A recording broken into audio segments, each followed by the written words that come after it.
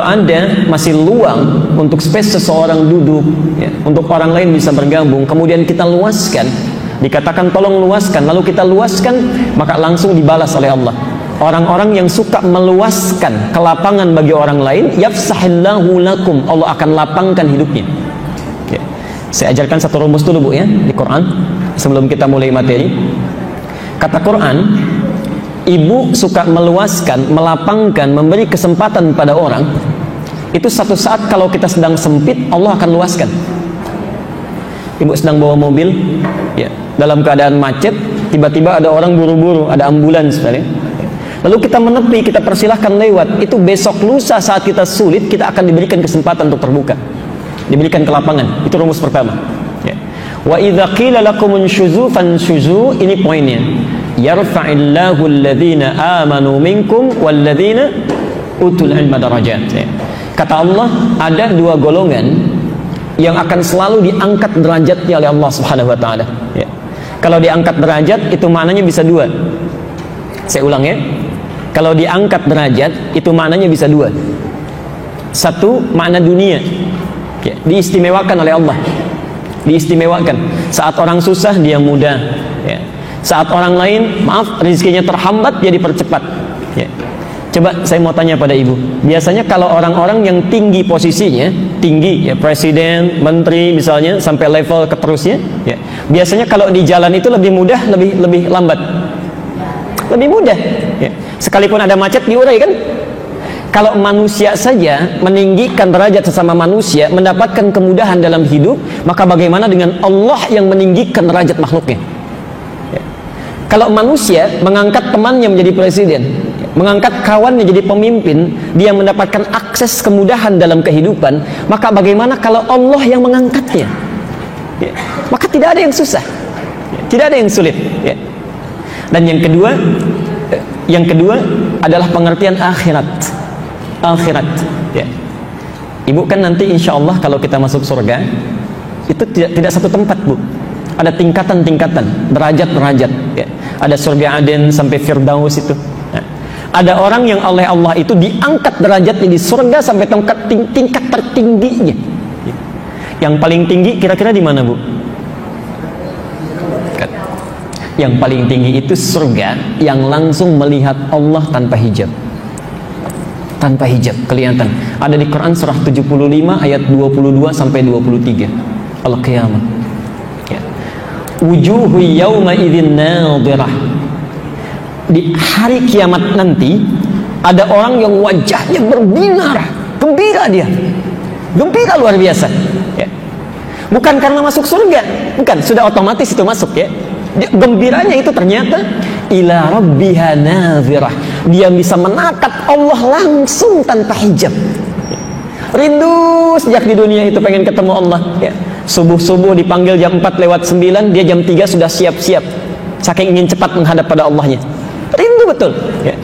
Zuhur jam 11:38, jam 11 sudah datang ke masjid itikaf ya. Tapi nggak bisa lihat Allah ya. Cuma serasa diawasi, dilihat Allah, merasakan betul itu. Ketika di akhirat dia lihat Allah tanpa hijab. Wujuhu yawma idzin nadhirah ila rabbiha nadhirah. Pada Tuhannya dia bisa lihat langsung ya. Jadi siapa mereka itu? Ibu bisa pilih satu di antara dua. Satu, amanu, yaitu orang-orang yang senantiasa meningkatkan imannya. Jadi kalau ibu ingin diangkat derajatnya oleh Allah, bapak ingin diangkat, dunianya mudah, akhiratnya istimewa, maka pilihan pertama tingkatkan iman. Ya. Cara meningkatkan iman itu gampang. Kata Quran, tambah amal soleh, tingkatkan terus. Ya. Karena itu di Quran kalimat amanu, iman, sering bersanding dengan amal soleh. Ya. Wal 'asr innal insana lafi illa alladzina amanu wa amilus shalihat. Apa saja bentuknya? Boleh salat. Al-Baqarah ayat 3. Alladzina yu'minuna bil ghaib wa yuqimunas shalah.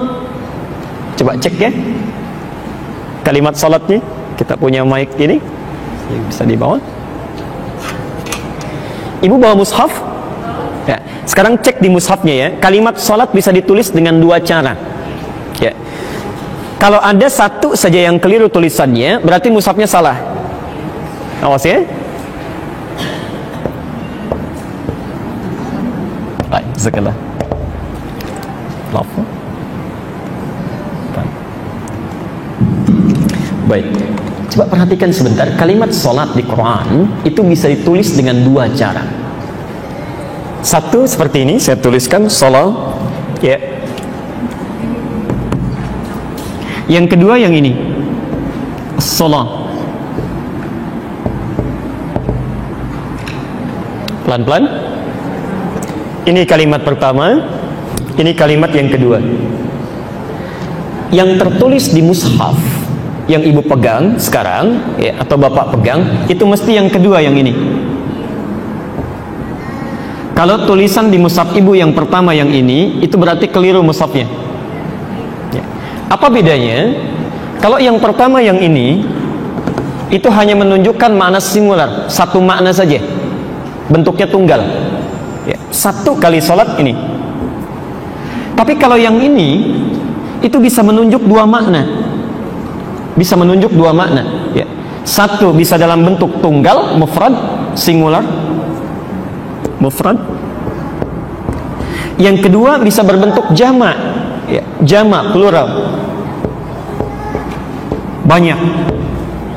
Karena itu kalau ibu baca Quran, belajar ilmu Al-Quran, ini bisa dibaca dengan tiga cara, ya. Riwayat Hafiz, alladzina yu'minuna bil ghaibi wa yuqimuna as-salah. Riwayat Warsh miring, alladzina yu'minuna bil ghaibi wa yuqimuna as-salah, miring. Yang menarik yang ketiga, jamak, alladzina yu'minuna bil ghaibi wa yuqimuna as-salawat, jamak. Perhatikan, ini uniknya bahasa Quran, ibu tidak akan temukan di kitab manapun. Kenapa ini bisa dibaca dengan tunggal dan jamak? Ya. Salat fardu itu berapa banyak? 5. Kalau 5, satu atau banyak? Banyak. Jama atau tunggal? Jama. Asal katanya ditulis dalam bentuk jama, menunjukkan bahwa sholat itu bukan hanya satu kali. Jelas ya? Kenapa bisa dibaca tunggal dan jama? Karena dalam penunaiannya dianjurkan bisa berjamaah. Saya ulang, dianjurkan bisa berjamaah. Silakan. Baik, sayanya juga mesti miring. Enggak. Baik. Ayo kita kembalikan. Lihat sini. Ini bisa dibaca jama' dengan tunggal. Jama' asal tulisannya menunjuk pesan bahwa solat yang diwajibkan pada kita bukan 1-2 solat. Ada sampai 5 yang fardu. Ya, jelas ya? Kenapa bisa dibaca tunggal? Ya. Asalnya kita dianjurkan untuk menunaikan solat, pelaksanaannya kalau bisa berjamaah. Sangat dianjurkan. Ya. Tapi kan dalam kondisi-kondisi tertentu orang tidak bisa berjamaah, boleh nggak sendirian solatnya? Karena itu bisa dibaca dengan tunggal mufrad, bisa dibaca dengan jamak. Tapi yang paling menarik, saya ulang, yang paling menarik, ketika Allah meminta kita meningkatkan iman, itu baik yang salatnya mufrad, tunggal, munfarid, ataupun jamak, ya. Tapi kalimat penunaiannya ditunjukkan pada kuantitas yang banyak. Baik salatnya sendirian, ataupun berjamaah. Perhatikan, seakan-akan Quran berkata, baik sholat kalian tunaikan sendirian ataupun berjamaah, selalu evaluasi, hari ini mesti lebih banyak dibandingkan yang kemarin, ya. Hari ini mesti lebih komplit dibandingkan yang kemarin, ya. Seakan-akan kalau ada orang-orang yang ingin meningkatkan iman, misal, maaf bu ya, kemarin baru sholat fardu saja, maka mulai sekarang coba tambah sunnahnya, tingkatkan lagi, tambah 2 rakaat sebelum subuh. Kemarin 2 rakaat sebelum subuh, sekarang tambah 4 rakaat sebelum zuhur. InsyaAllah, teknisnya 2-2. Kemarin baru sampai zuhur, sekarang tambah ba'diyahnya, ya, itu baru salat, ya. Jadi yang mau saya sampaikan, kalau bapak ibu ingin dimudahkan hidupnya oleh Allah di dunia, dapat kemudahan derajat akhirat yang sangat luar biasa, maka ciri yang pertama, tingkatkan iman dengan cara meningkatkan amal soleh, ya. Coba perbaiki salatnya. Yang belum puasa, tambah puasa. Karena itu ayat puasa dimulai dengan iman. Al-Baqarah 183. Ya ayyuhalladzina amanu kutiba alaikumus syiyam. Puasa dirangkai dengan iman, ya. Itu bagian yang pertama. Yang kedua, ini yang paling penting ya.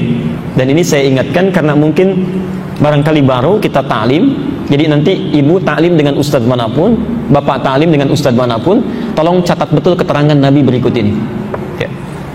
Yang paling istimewa ketika Allah mengangkat derajat seseorang, itu ternyata ada yang dikhususkan bagi yang khusus menuntut ilmu. Ya. Di pilihan pertama tingkatkan iman, kalau belum maksimal maka tuntut ilmu. Walladzina utul ilma darajat. Saat Anda datang menuntut ilmu, kita punya pilihan, bisa istirahat, tidur, ya, bisa main, bisa macam-macam. Tapi kita memilih untuk belajar. Apa yang disediakan? Perhatikan, itu langsung diperinci oleh Nabi.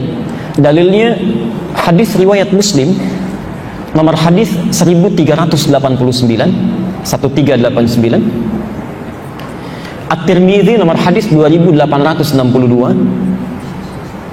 Kemudian Ibnu Majah nomor hadis 219. Ya. Saya bacakan hadisnya ya. Setelah ini kita tutup mukaddimahnya, kita kembalikan pada bahasan kita. Perhatikan kalimat Nabi. Man salaka tariqan yaltamisu fihi ilman. Siapapun yang menyiapkan dirinya dari tempat dia tinggal, menempuh jalan untuk belajar ilman itu walaupun sedikit, Bu. Kita belajar satu hadis saja. Ya. Atau satu ayat saja, maka perhatikan kata Rasulullah, sahhalallahu lahu tariqan ilal jannah. Yang pertama, Allah akan berikan kemudahan pada setiap langkahnya untuk meniti surga. Satu ya. Di orang yang menuntut ilmu nanti, dengan ilmunya akan lebih mudah dia masuk ke dalam surga. Nanti kita terangkan ya. Beda pahalanya orang yang beribadah dengan ilmu dengan orang yang ibadah tanpa ilmu di ujung hadisnya nanti ya. Dua, wa innal malaikata, dan sungguh para malaikat itu, la tadau ajnihataha, saat penuntut ilmu mulai berangkat dari rumahnya, itu sudah membentangkan sayapnya, ridwan li talibil ilmi, memberikan ridha bagi para penuntut ilmu.